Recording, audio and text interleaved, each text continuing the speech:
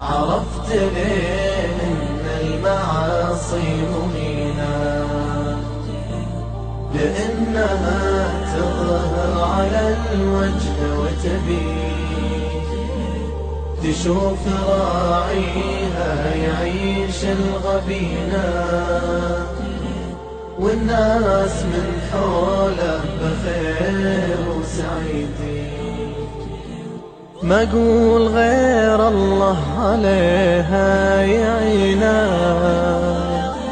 ويجدد التوبة ويتوب هالحين. الله أكبر كيف قصر بدينا، لقلت توبة قلبه توب بعدين.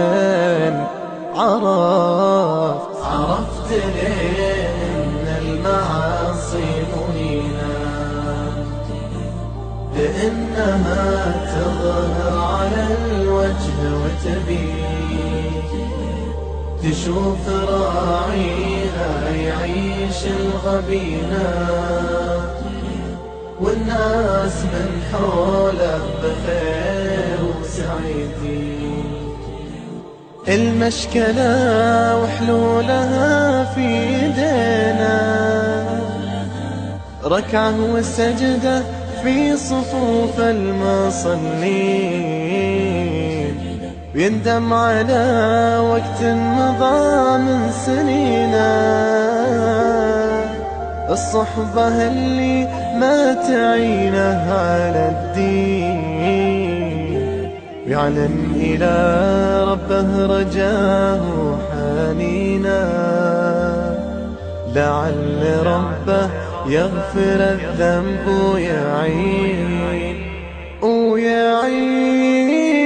عرفت ليه إن المعاصي مهينة، لأنها تظهر على الوجه وتبين، تشوف راعيها يعيش الغبينة، والناس من حوله بخير وسعيدين.